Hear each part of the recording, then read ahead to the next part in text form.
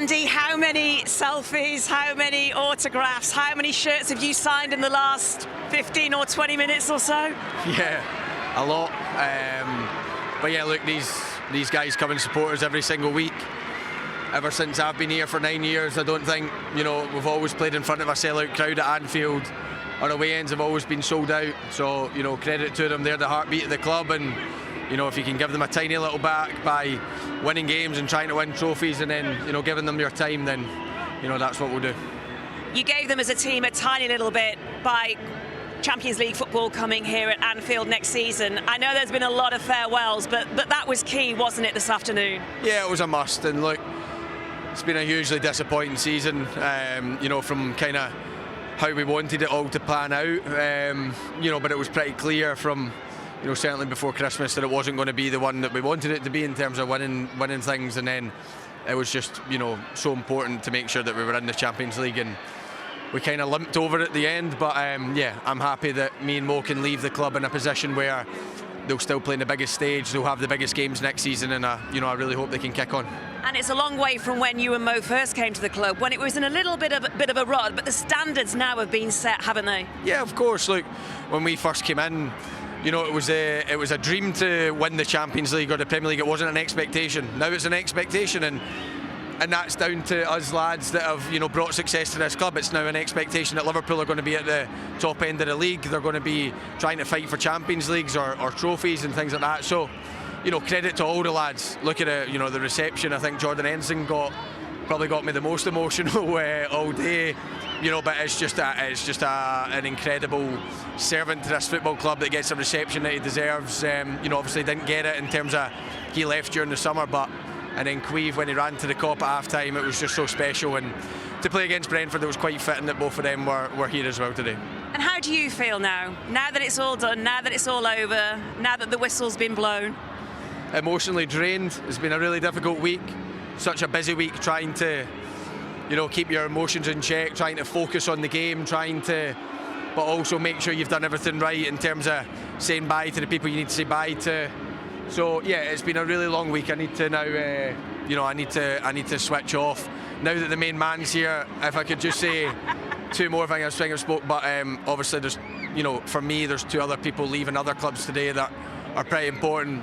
Pep Guardiola pushed us to completely new limits. I think both of us will agree with that, and probably we should have won more Premier Leagues if it wasn't for that man. So, what a servant to Manchester City, and I wish him all the best. And finally, Seamus Coleman, I think when I was growing up, he was one of the Premier League fullbacks that was, really at a very, very high level. And, he was certainly a better bargain than me at 60 grand. And, obviously he's leaving Everton. And, yeah, he's been a fantastic servant for that football club. And I wish him all the best as well.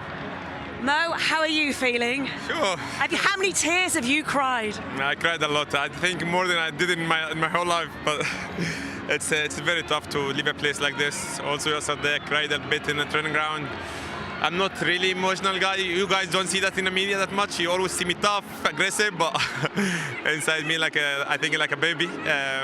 It's very tricky. We lived our youth here, sharing everything from the beginning until the end. We wouldn't even dream of what we had. But we did it for this club. We put it back where it belonged. This is our message to the players in the dressing room. Look, like the club now is fighting for everything. The fans will not accept less than that.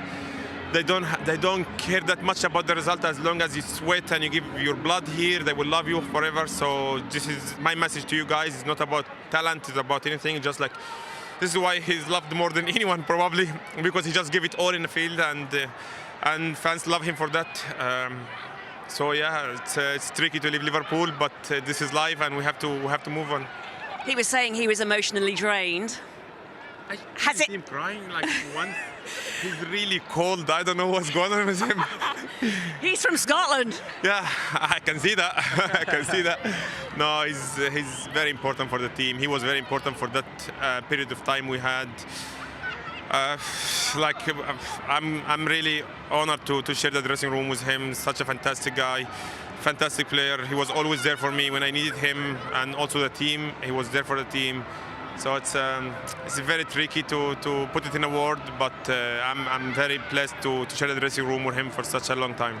I know you said you're at peace with your decision. Has it hit home though?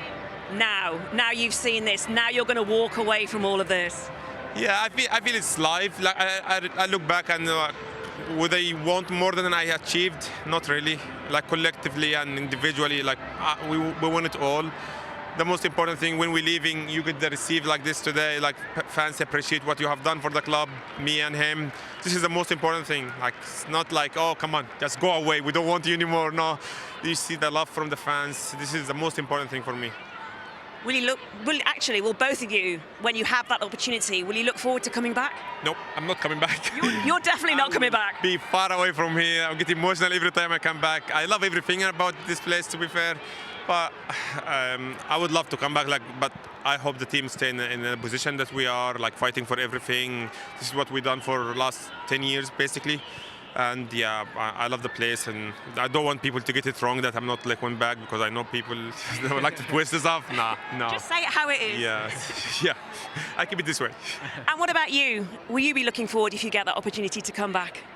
Yeah, of course. Like I think in years to come, then like I think we know that we're both always welcome back to this football club, and I think we both know that we can come watch games and we can and things like that. But I think it's important. I think when I spoke to you earlier in the week, and also Mo's reiterated it, this is a big part. This is a big chapter of our book, but it's not the end. We've still got a lot of things to go and achieve and try and achieve in terms of whatever lies next for both of us. So we have to go focus on that. Obviously, first and foremost, we have to switch off for a week and try and focus on the World Cup. We've got a massive tournament coming up for both countries, and then whatever the future holds, it holds for both of us. But I know that this is my family, and I know I'll always be welcome back here. He's more politician than me, so you can see politician talking. There's actually one more thing I want you to do, because when I spoke to you That's not for him. Can't be. When I spoke to you at Everton, I said I don't know how many more of these you're going to get. So, Robbo, would you like to do this for one last time? I'm not sure you deserve it today, but you did okay. Well done. Thank you, guys. Thank you very much. Thank you.